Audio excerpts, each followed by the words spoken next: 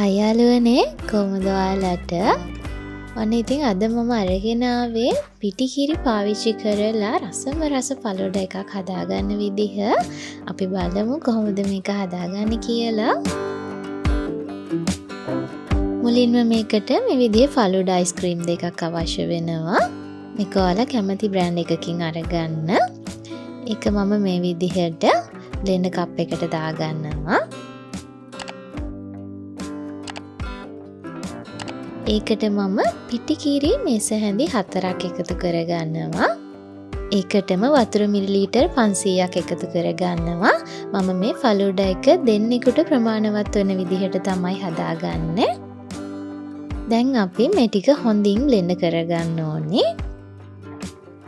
මේ තියෙන්නේ බ්ලෙන්ඩ් කරගත්තට පස්සේ මම මේකට සීනි මේස හැඳි 3ක් එකතු කරගෙන නැවතත් බ්ලෙන්ඩ් කරගන්නවා. ඔයාලට සීනි රස අනුව අඩු වැඩි කරගන්න පුළුවන්.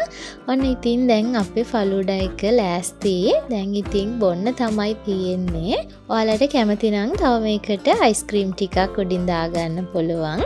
මම මේ විදිහට තමයි අද මේ ෆලුඩා එක බොන්න ගන්නෙ. ඉතින් විනාඩි 3-4කින් මේ වගේ රස ෆලුඩා එකක් හදාගෙන බොන්න පුළුවන්. ඔයාලත් මේ විදිහට හදලා බලන්න. ඉතින් රසේ නම් පොඩ්ඩක්වත් වෙනසක් නැහැ. හරිම රසයි. වීඩියෝ එකට ලයික් එකක් දාන්න අමතක කරන්නත් එපා. ඉදිරියටත් මේ වගේ වීඩියෝස් බලන්න මාත් එක්ක දිගටම එකතු වෙලා ඉන්න කියලා ඔයාලගෙන් ආදරෙන් ඉල්ලනවා.